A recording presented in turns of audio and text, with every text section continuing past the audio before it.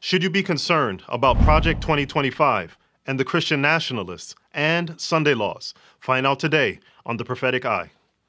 Project 2025, it's a new initiative that, according to them, looks to build for a conservative victory through policy, personnel, and training. This project is in direct response to what many see as an increasingly radicalized political left. And ironically, it seems like the authors of Project 2025 are creating an increasingly radicalized political right in response.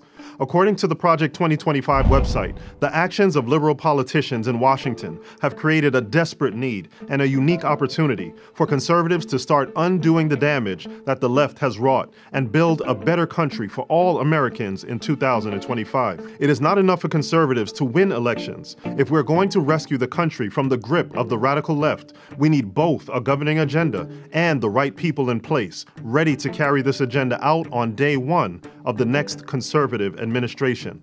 This movement involves organizations that refer to themselves as the post-liberals, Christian patriots, or the common good conservatives that we talked about in a previous episode of The Prophetic Eye, and you might want to check that one out.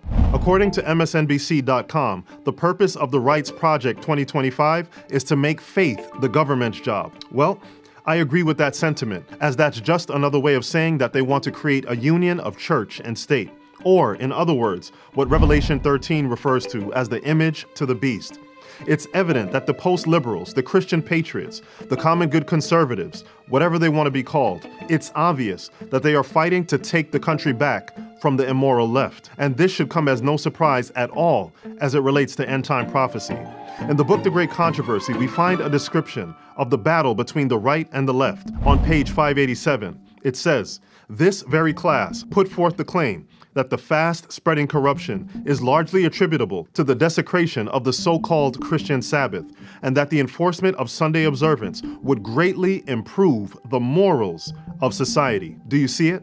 This statement from over 130 years ago highlights the fight of Christian nationalists to improve the morals of society and to remove corruption. And the so-called Christian Sabbath, better known as the Sunday Sabbath, is seen as a major solution to this problem. And this is the exact sentiment that has been expressed by many Christians. Take a look for yourself. As I understand Christian nationalism, it is that the idea that your nation self-identifies, understands itself as Christian, and they would pursue their good as Christians, which would include policies that would kind of encourage people to attend church, encourage people to seek out essentially the means of grace. So this would include things like, I think, Sabbath laws, which would, on Sundays, would essentially, we can talk about this more, but it essentially kind of close down businesses and of an emergency and essential services.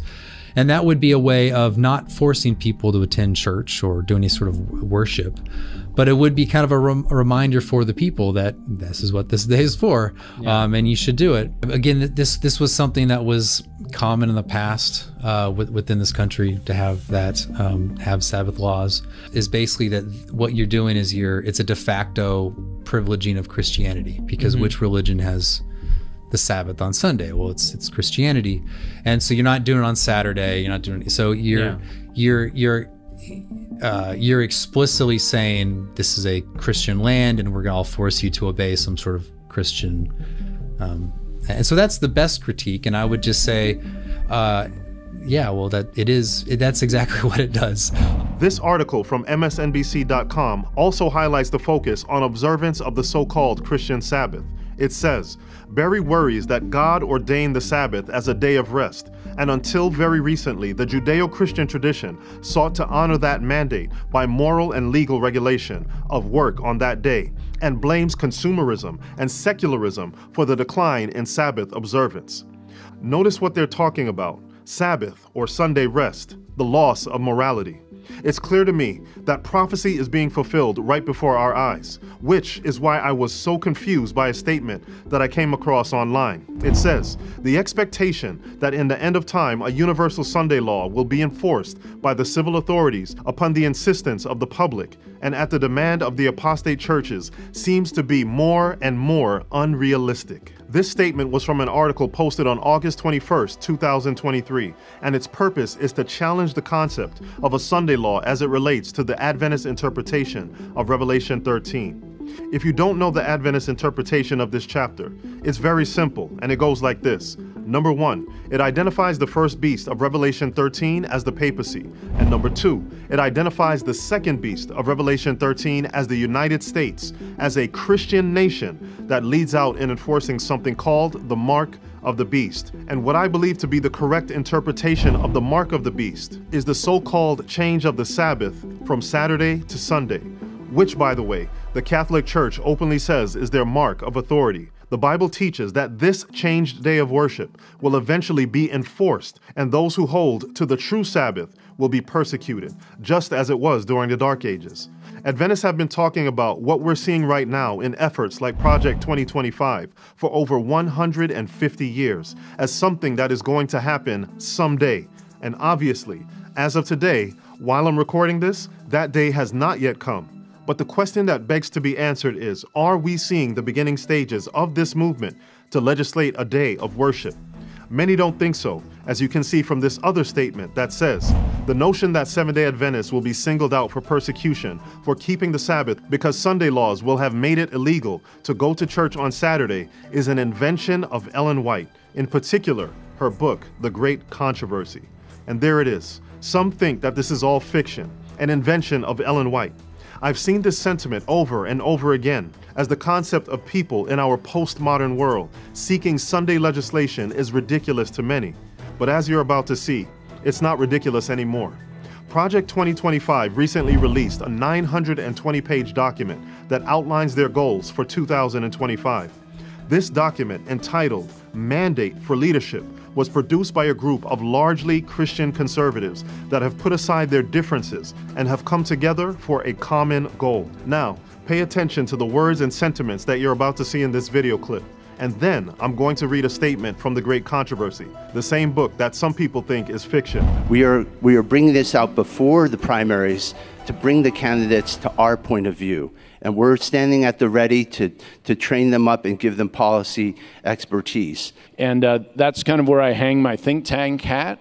And I can attest to to use Ed's word from earlier today, the ecumenical nature across the conservative movement of this whole effort.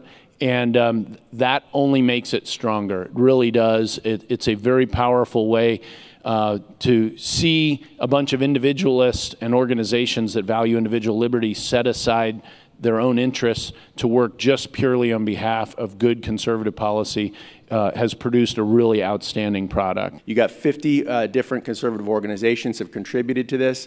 That's what makes this a strong product. No presidential campaign or president is going to be able to ignore it. This is going to give them the tools to really be successful. I would say, this has never happened in our movement. We've never had this coming together of the entire movement to prepare for one event, day one, January 20th. And what brings all these organizations together? Our common theme is to take down the administrative state, the bureaucracy. Notice what they had to say. Bring the candidates to our point of view, train them up and give them policy expertise. The ecumenical nature across the conservative movement. Set aside their own interests. No president is going to be able to ignore it. Never happened before in our movement. Our common theme is to take down the administrative state and the bureaucracy. And finally, don't miss this. Number 1, the document is named Mandate for Leadership, and another word for mandate is demands. This idea of demands and the things that were stated in that video are directly in line with The Great Controversy, page 592, which says, the dignitaries of church and state will unite to bribe, persuade, or compel all classes to honor the Sunday. The lack of divine authority will be supplied by oppressive enactments. Political corruption is destroying love of justice and regard for truth. And even in free America, rulers and legislators, in order to secure public favor, will yield to the popular demand for a law enforcing Sunday observance. I hope you're picking up what I'm laying down. And here's another point. This coming together of Christians reflects another statement from The Great Controversy, which says, when the leading churches of the United States, uniting upon such points of doctrine as are held by them in common, shall influence the state to enforce their decrees and to sustain their institutions, then Protestant America will have formed an image of the Roman hierarchy, and the infliction of civil penalties upon dissenters will inevitably result. What we see happening right now is mirroring exactly what we see in the Great Controversy, with the demands or the mandates in mind, and the coming together in mind, coming together on points held in common, putting aside differences. But what about Sabbath observance? Take a look at this section from the 2025 document related to Sabbath rest. It says, Congress should encourage communal rest by amending the Fair Labor Standards Act to require that workers be paid time and a half for hours worked on the Sabbath. That day would default to Sunday. The goal here is to create a scenario in which people are encouraged to enjoy communal rest, with the day defaulting to Sunday. And that word communal means shared by all members of a community for common use. Basically, they're trying to use the government to strong-arm employers into giving people the opportunity for Sunday rest. And really the goal is for Sunday worship, because obviously there is a religious component to these laws that they're trying to pass. This type of communal rest is exactly what took place in the early stages of Christianity, where the change of the Sabbath from Saturday to Sunday was promoted.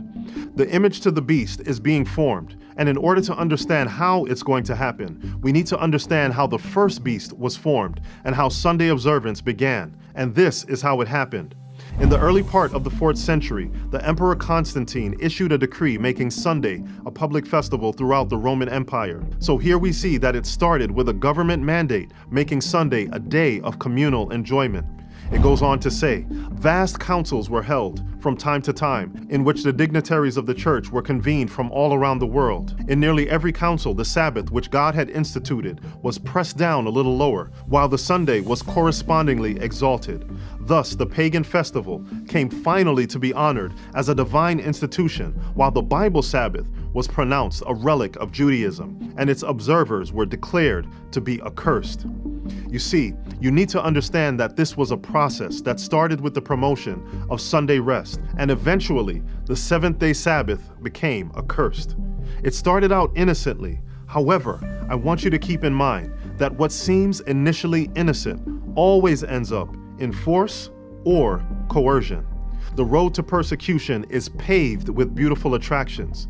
It's clear that there is a desire for Sunday to be the default day or the special day, and it's becoming clearer that the Adventist interpretation of Revelation 13 is solid and firmly grounded in prophetic reality. The Christian nationalists are on the rise, and they're actively seeking to place Sunday laws on the agenda for the future of America as they seek to combat the rise of immorality in this country. There are some that believe that this is much ado about nothing. Nothing to see here, folks. This would never happen in America. But for those of you who have the prophetic eye, you can see it clearly. And as we see these discussions increasing, it is so important that we take notice and use our voice and influence to reject and denounce the policies of religious zealots for as long as possible. And this must be done in a Christ-like manner that echoes the words of Jesus that his kingdom is not of this world. There's one more thing I really need you to see. It relates to a verse that's very important to me, which is the holding of the winds described in Revelation chapter 7. It says, "It was God that restrained the powers, and that he gave his angels charge over things on the earth, and that the 4 angels had power from God to hold the 4 winds, and that they were about to let them go. And while their hands were loosening, and the 4 winds were about to blow, the merciful eye of Jesus gazed on the remnant that were not sealed. Then he raised his hands to the Father and pleaded with them that he had spilled his blood for them. Then another angel was commissioned to fly swiftly to the 4 angels and bid them hold until the servants of God were sealed with the seal of the living God in their foreheads." As he promised, God has held the winds for over 130 years. And now it seems to me that the winds are increasingly being let go. I have no idea exactly when it will be. I have no idea how long it will be, but I do know that just as the Bible has predicted, it will be. And I know that God wants you and I to have his character so that you can be sealed and so that I can be sealed. Today, I want to invite you to go to God, place your faith firmly in Christ, and His promise is that you can have the assurance of salvation today, and He promises to be with all of us as we seek to remain faithful to Him. God bless, and please remember to keep the prophetic eye.